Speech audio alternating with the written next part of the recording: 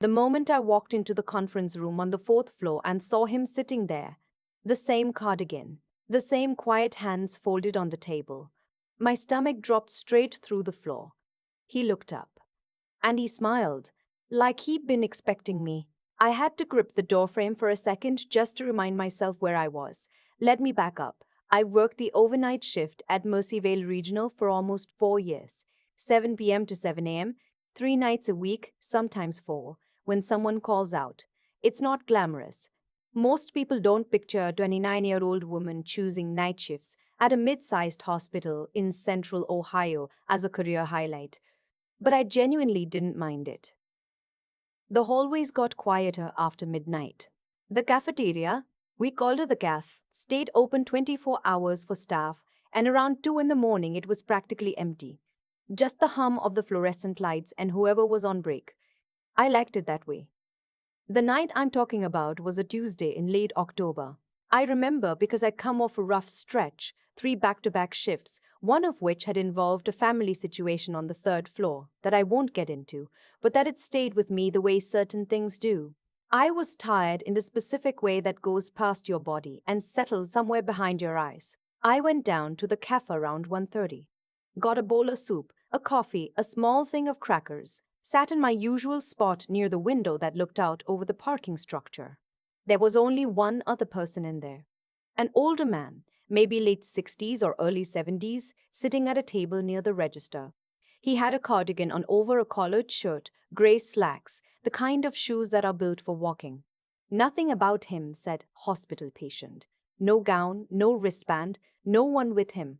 He looked like somebody's grandfather who had wandered in from a waiting room and decided to get a cup of coffee while he waited for news he was dreading. He had a tray in front of him, a bowl of soup, the same tomato biscuit gotten, some crackers, a small OJ, maybe $8-9 worth of food total. I watched him slide his card through the reader at the self-checkout kiosk. The machine beeped. He looked at the screen. Slid it again. It beeped again. He stood there for a moment, very still. Then he quietly picked up his tray, turned, and walked back toward the register to speak to the cashier on duty. I couldn't hear everything, but I caught enough. Something about the card. Something about calling his bank in the morning. Something about, and this is the part that got me. I'll just leave the tray, it's fine, don't worry about it. He said it like he'd practiced keeping his voice even. Like the embarrassment was something he'd learned to carry without letting it show. The cashier, a young guy I'd seen around but didn't know well, just kind of shrugged and nodded and started moving the tray to the side. I don't know what exactly made me do it. I'd like to say it was some conscious decision, some deliberate act of kindness I thought through, but it wasn't. I just stood up, walked to the register, and handed my own card to the cashier. That's together, I said. His and mine. The cashier looked at me, looked toward the older man who was already halfway to a table and hadn't heard me. You got it, the cashier said, and ran my card. $9.40. I took my tray, went back to my window seat, and that was it. I didn't go over and introduce myself. I didn't wait for him to notice or say thank you. The whole point, the only reason it felt right, was to do it in a way where he never had to feel the weight of someone else's pity. I ate my soup. I drank my coffee. I went back upstairs. I had genuinely forgotten about it by the time my shift ended. 3 weeks later, I got a message from the nursing director's office asking me to come in on my day off for what the message called a personnel meeting. No other details, just a time, 10 a.m., and a room number on the fourth floor, which was administrative. I'd never had a reason to be on the fourth floor. I spent the 2 days before that meeting running through everything I'd done in the past month, trying to figure out what I'd gotten wrong. Night shift nurses develop a particular kind of low-level paranoia about things like this. You make 100 small judgment calls every shift, and most of them no one ever sees, and occasionally you wonder if one of them looked different from the outside than it felt from the inside.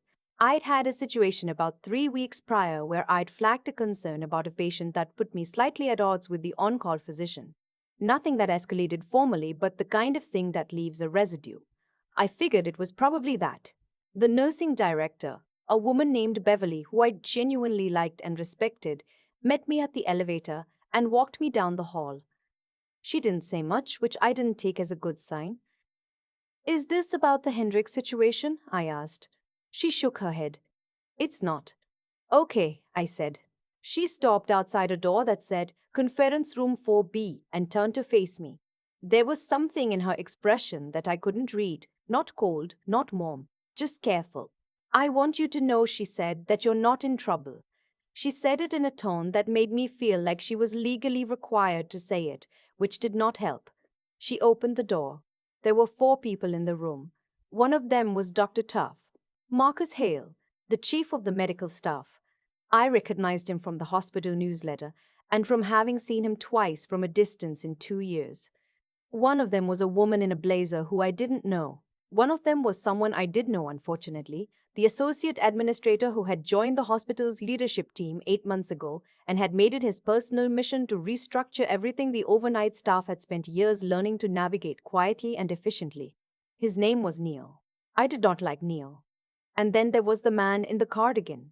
He was sitting at the far end of the table, with his hands folded the same way they'd been folded on the tray that night.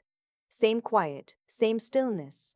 He looked at me and he smiled, and I stood in the doorway for what was probably 3 full seconds before Beverly gently touched my elbow and guided me to a chair.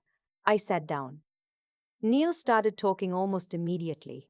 He had a folder open in front of him, and he was using the voice he used when he wanted you to understand that his time was limited and your situation was not particularly interesting to him. Thank you for coming in, he said, which meant nothing. We've asked you here because some concerns have been raised about conduct during overnight hours that we feel warrants a conversation. I looked at Beverly. She gave me nothing. What conduct? I asked. Neil glanced at his folder. There have been questions raised about certain interactions with patients and visitors outside of your assigned responsibilities, specifically the appearance of preferential treatment and he paused, chose a word, unsanctioned engagements that may not reflect the protocols of this institution. I genuinely had no idea what he was talking about. I said so. He looked at me the way people look at you when they want you to understand that they find your confusion either dishonest or tedious. We take the integrity of patient interactions very seriously, he said. Any appearance that staff members are forming personal connections with individuals in this facility outside of their professional role creates liability and, I'm sorry. I kept my voice level. I still don't know what specific incident you're referring to. The cafeteria, he said. I blinked. He meant the soup. He was sitting here in a fourth-floor conference room with the chief of staff and 2 other people I'd never met, talking to me about $9.40 of soup. I paid for someone's meal, I said slowly. You paid for a visitor's meal without authorization, without knowing who that person was or their, it was $9. I heard my own voice come out flatter than I intended. His card wasn't working and he was going to leave without eating.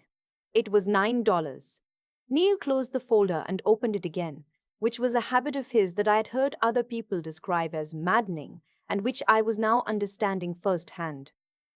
The issue isn't the amount, he said. The issue is the pattern of behavior and what it signals about professional boundaries and Neil. It was the man at the end of the table. One word. Not loud, not sharp, just settled. Like something being placed on a surface with great care. Neil stopped. Everyone in the room stopped. The man unfolded his hands and rested them flat on the table. He looked at Neil for a moment without saying anything, and whatever was in that look made Neil sit back slightly in his chair without seeming to realize he'd done it. Then the man looked at me.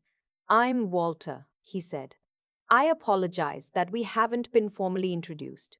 He said it like we were meeting at a dinner party, like none of the last 10 minutes had happened. My daughter had surgery here 3 weeks ago, he continued. Routine procedure, successful, she's doing well. I flew in the night before, arrived late, and went down to get something to eat while she was resting. He paused. My card had an overseas transaction flag on it that I hadn't cleared. I didn't realize it until I was standing at the register. He said this without any embarrassment, just matter of factly, explaining. A nurse on overnight shift paid for my meal without being asked and without staying long enough for me to thank her. He glanced down at the folder in front of him, the one Neil had been referring to. I asked one of the cafeteria staff about her the next morning. I was told her name and that she was on the overnight nursing team. I made a note. He looked at me again. I've been on the board of this hospital for 11 years, he said. I chair the Governance and Standards Committee. I was already scheduled to be here today for a quarterly review. He let that sit for a moment. When Beverly mentioned your name to me this morning in a different context, I asked to be present. I realized I had not breathed normally since he started speaking. I tried to do that. He turned to look at Neil, and his voice didn't change in temperature exactly, but something in it became more precise. In my experience, he said, and I've had a fair amount of it, the instinct to do something decent for a stranger, quietly, without expectation, is not a liability. It is exactly the quality you want in the people caring for patients at 1 in the morning. He paused.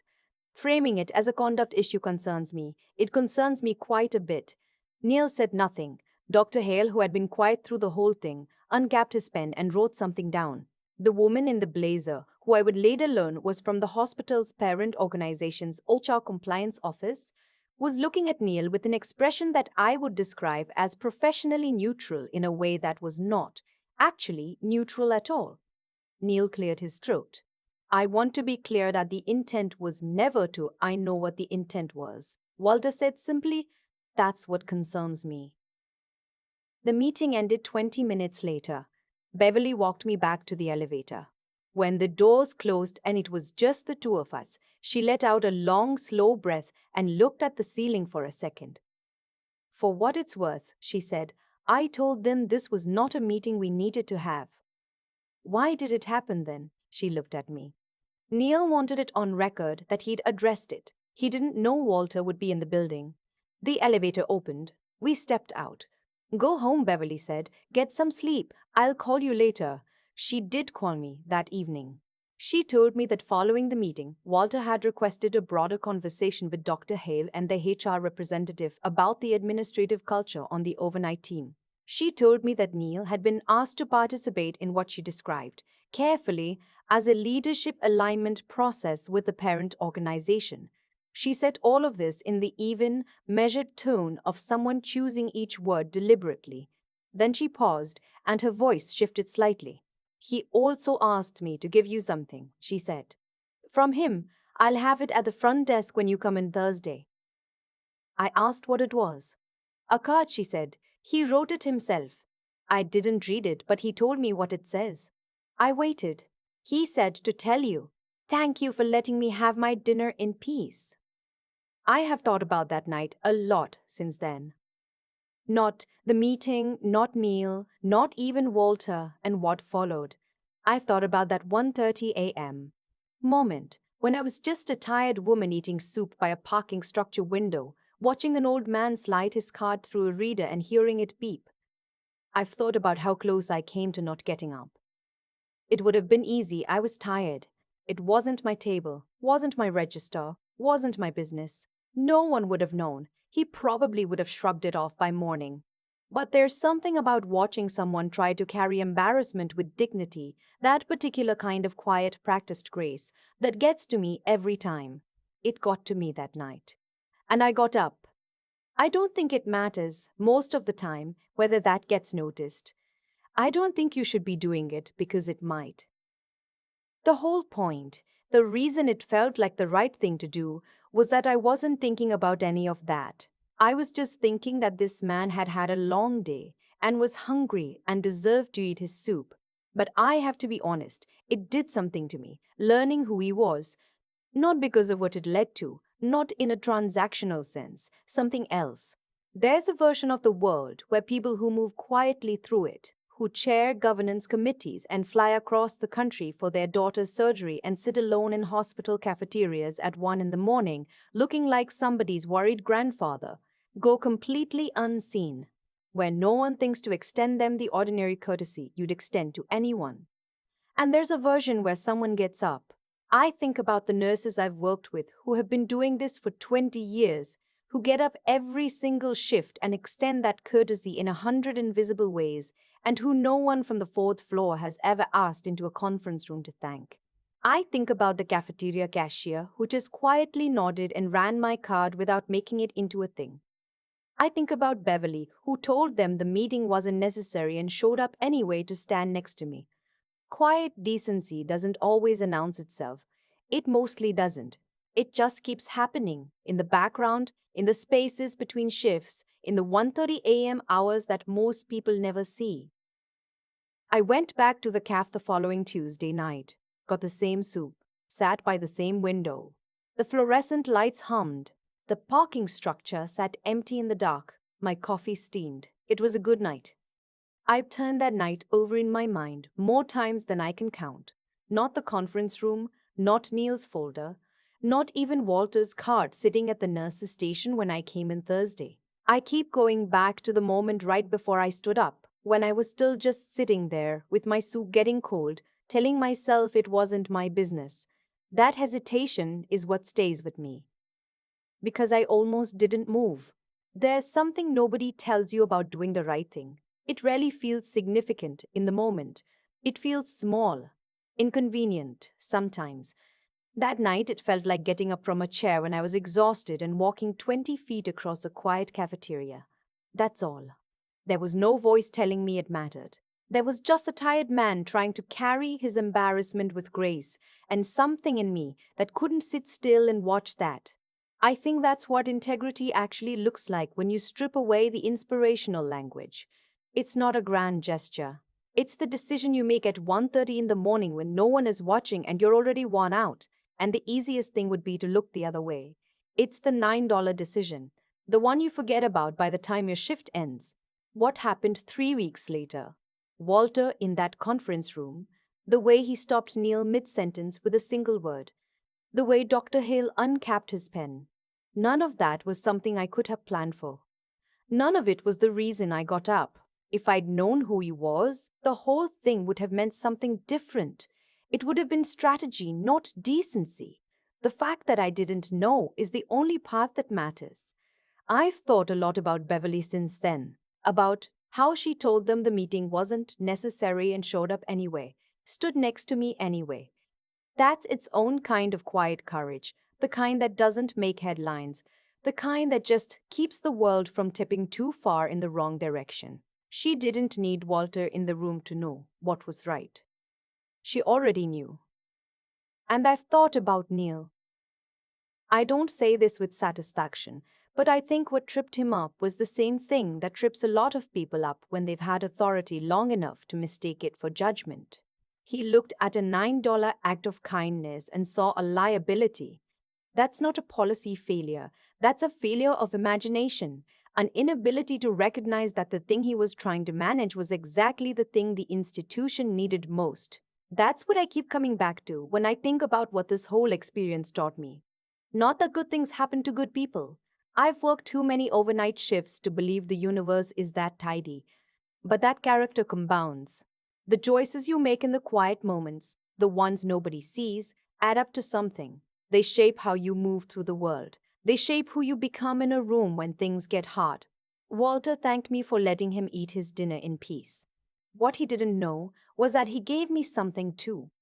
A reminder that the version of myself I want to be is the one who gets up from the chair.